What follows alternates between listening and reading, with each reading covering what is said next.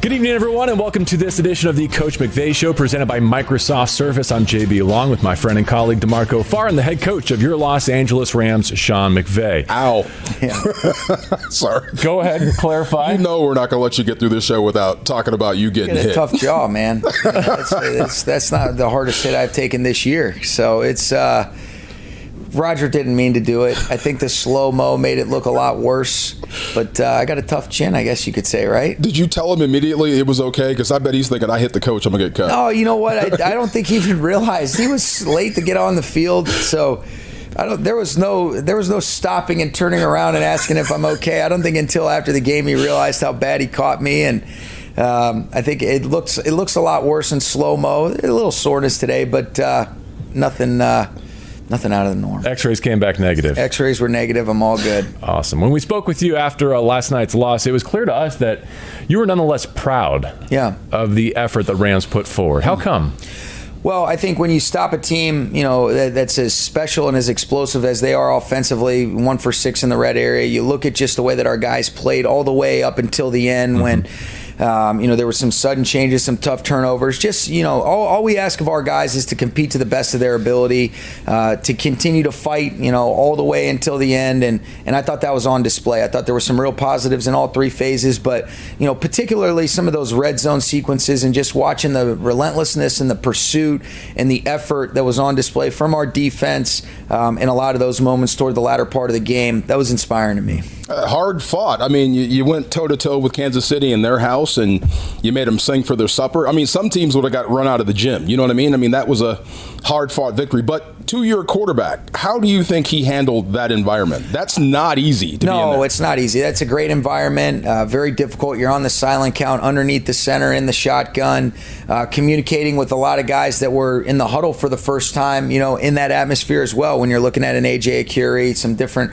offensive linemen, skill players that are playing, more significant roles than they've ever done in their past. And I thought Bryce did a nice job. I thought he did a commendable job. There's definitely some things that you can learn from. I thought his ability to be able to create off schedule a little bit, use his legs to convert some third downs to first downs, I thought was impressive. And, the positive was being able to get the touchdown to Van and get a couple scoring drives. But Bryce handled himself well. There's no simulation for playing quarterback at the highest level, is there? I mean, It takes 21 other people to even set it up. But, I mean, you can crank the pitching machine up to 95 and hit a fastball. You can, hit a golf ball down the center of the fairway. But how do you practice playing quarterback at the highest level in the world? I think repetition is the mother of learning. But, how much can you try to simulate those game-like settings as much as possible while minimizing the risk for injury? That's always the challenge. But games, is the best experience that you can get, that you can really get. And he's gotten a lot of experience in preseason games, obviously dating back to his career at Virginia. A lot of great production that he had there, but that experience yesterday will be so beneficial because he's wired the right way. He'll take, the good things, and then he'll learn from some of the things that you want to do at a higher clip and be able to apply that accordingly. And so I think, when you're made of the right stuff like Bryce is, you can use those things, but there's nothing like being able to actually get the game-like experience in those types of settings that it's almost impossible. It is impossible to simulate truly exactly what it looks like until you're out there. He did some good things. I mean, some things you want back, but sure. I thought the drive after Mahomes scored to take it up to 20-3 when he answered. Yeah. I mean, for that moment, it's 0-0, Mahomes scores, and you come right back and drive it right down their throat. That is big time. Yeah, and and like we said, to have the 4th down and 2 conversion for the touchdown, I thought was big. There were some good positive plays throughout the course of that drive, and definitely that was something that you can take a lot of confidence from without a doubt. So how do you set a quarterback depth chart for the week ahead in the Seattle Seahawks? I think we're working through that. I think, if John's feeling good, I think you feel good about both those guys. Exactly what that looks like in terms of, are they both playing? Is one playing? Those are things that we'll work through, after we finish up with you guys today. And we'll obviously talk to those guys about it. And part of the plan will be involved around, all right, what are the guys around him? What does that health look like? And then what does it look like once we start to get a chance to get a feel for Seattle's defense and the best way to attack them? I guess that's the next question. Your starting offensive line, same group maybe, or working new guys in? You're kind of used to it. You know what? We'll see. I think everybody came out of yesterday's game clean. Possibility that Brian Allen and Ty Nsekhe maybe are back available. What that means in terms of how you fit those guys into the lineup, we'll see with Big Ty how he's feeling. And if Brian's ready to go, that'd be a boost to us. You're going to make me ask the question, anything new this week? I mean, I'm always afraid of this time of the week. How does the injury report look? Any new additions? Yeah, unfortunately, there are a couple new additions. Aaron Donald is, one of the dreadful additions. Got his ankle yesterday, sprained it earlier on in the game. Obviously, like you guys would probably expect and anticipate, played through it, did a great job of impacting the game in a positive way. What that looks like in terms of his availability for this week, we'll have some more information in the next couple days, and hopefully really later today for us. Terrell Lewis had his back was bothering him a little bit, limited his availability yesterday. But other than that, you feel like you came out fairly clean. If Superman, other than that, yeah, I know exactly. Well, no, actually, that's not true. Lance McCutcheon also sprained his AC in his shoulder, and his availability will be questionable as well. Jeez. Oh, that stinks. I wanted to see him go. But that's the thing about your target list, pass catch list. I noticed the names. I just didn't see them all in that same combo before. Like Van Jefferson is your number one receiver. Mm-hmm. Tutu Atwell continues to show up. Yep. Showed up late in that football game. So some young guys taking a step forward. Same with Aaron Donald. So I was going to say, if Superman is winged, it's time for some mere mortals to step up and carry his bricks a little bit. That's okay. That is okay. That's the optimistic way of looking at it. It does give an opportunity to be able to continue to build that depth, see how guys handle, an increased role and responsibility as it relates to, what they're doing on game day. And so we'll see what that looks like. Obviously, you always want to be able to have Aaron, but we'll be smart with him, and we'll see what that looks like. Van Jefferson, in terms of his timing, it's almost like week 1 or 2 for him, I feel like. He's played his way through a training camp just in the middle of your season, and we're seeing some better things. Yeah, he did a good job. He had a couple opportunities where he made some plays. The touchdown that I talked about, I thought he had a good catch off the play action where he ran a great route, did a great job setting the DB at the top of it.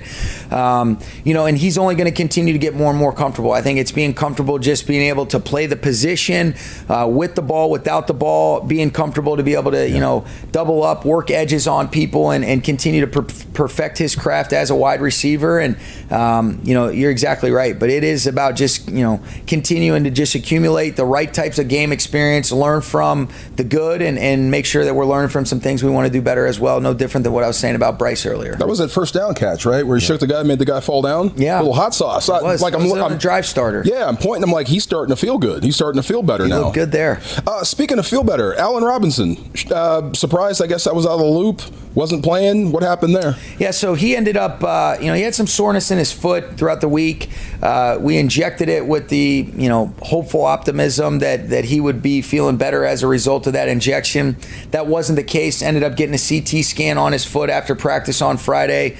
That CT scan revealed that he had a navicular stress fracture in his foot, which is going to require surgery and will ultimately end his season. What's navicular? That one is new to me. Non-weight-bearing bone in the middle of your foot. Oh, thank you. Yeah. Okay. Gosh, you're earning your degree in medical science this season in a way you never wanted to.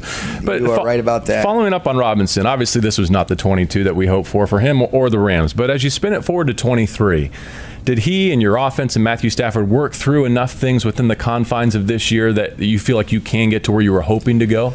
I think so. And what people forget about, not you guys, is, even just a lot of the experience that you were hoping to establish in terms of the rapport with Matthew and Allen wasn't available this offseason. Totally. Matthew didn't throw it all the offseason, didn't really throw in training camp, and so a lot of that stuff was on the fly in the season where you're having to problem solve, and that's never ideal. I've never been a part of a team that had to work through so many different obstacles to even get yourself in a position to try to figure some stuff out with new moving parts. And so you're hopeful that we can kind of pick up where those two left off, and if both of those guys are healthy going into the offseason, I think that's going to be a huge boost in and of itself. You always want the victory. We know this. Yes. But at some point in your coaching life or playing life, you're going to have to coach with incremental progression. We're getting better so we can earn a victory.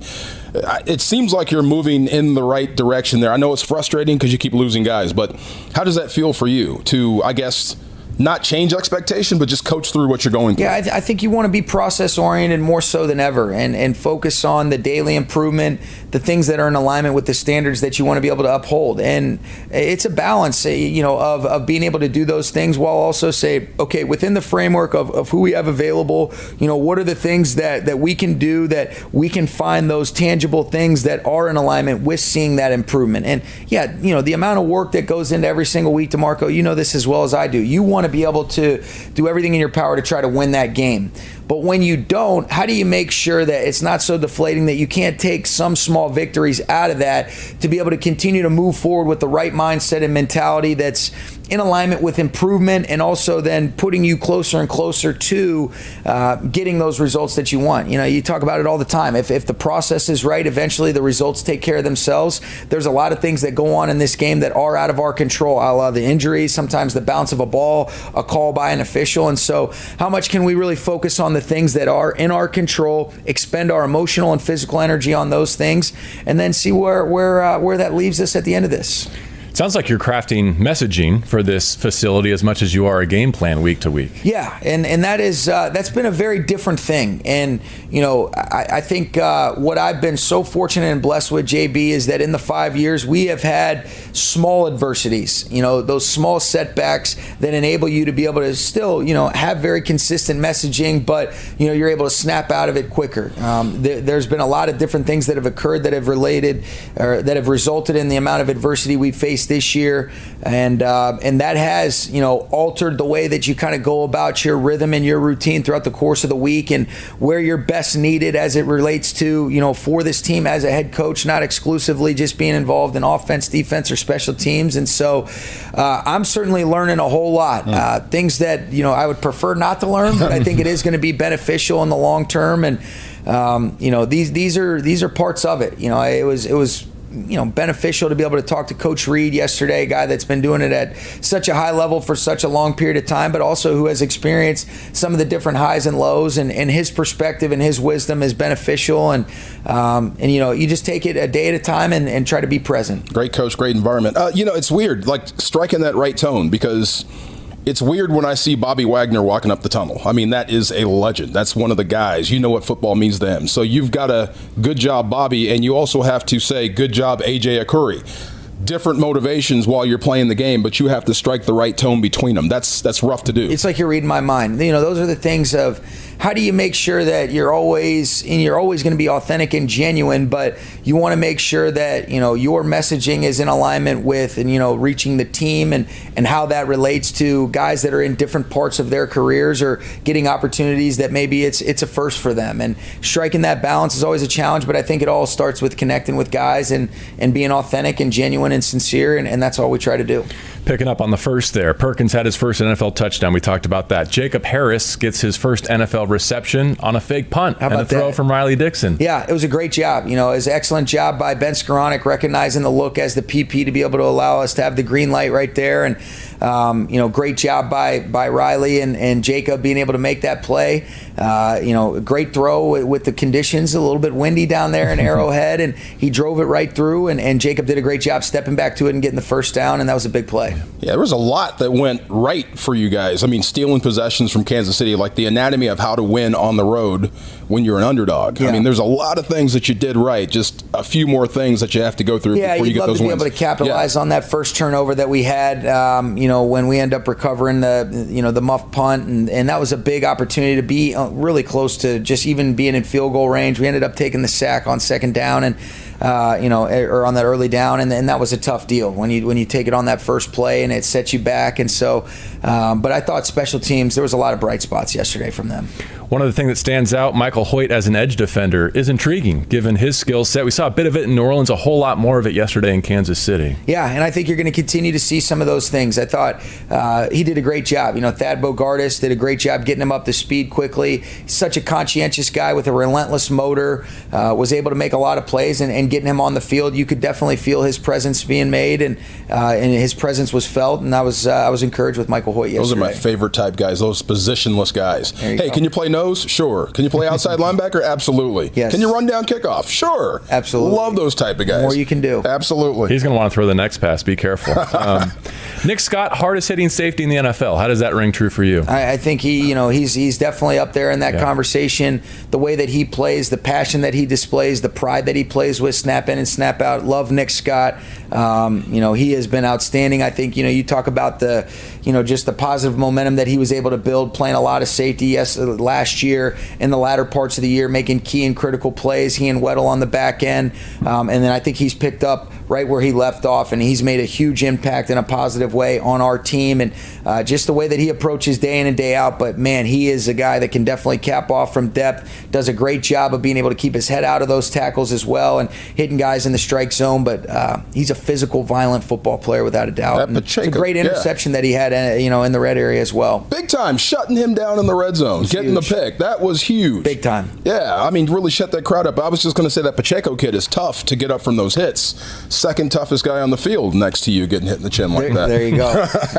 Before I move to Seattle, anything you want to follow up on Kansas City? No, just leaving the field, shaking hands with everyone. Does it make you appreciate where you've been? Not the Super Bowl, but just having games go the way you wanted to? Yeah, I mean, really, you realize, of course it does. The perspective, what a blessing it's been. What a challenging thing this has been. All of it is part of the learning experience as you continue to accumulate that and apply it in the right ways. But to say that this year hasn't been challenging, humbling in so many different ways, it has. And it does make you appreciate those good times. It also tries to, remind you of that, why don't you worry about the things that you can control, learn from, this year as much as you possibly can while still being in the moment and competing to the best of your ability as a coach for these players and for these coaches as we finish this thing off the right way these last 6 weeks. Maybe the familiar colors of the Seattle Seahawks can get those competitive juices going at SoFi Stadium. 6-5 currently, Seattle on the outside of the NFC playoff picture for the moment.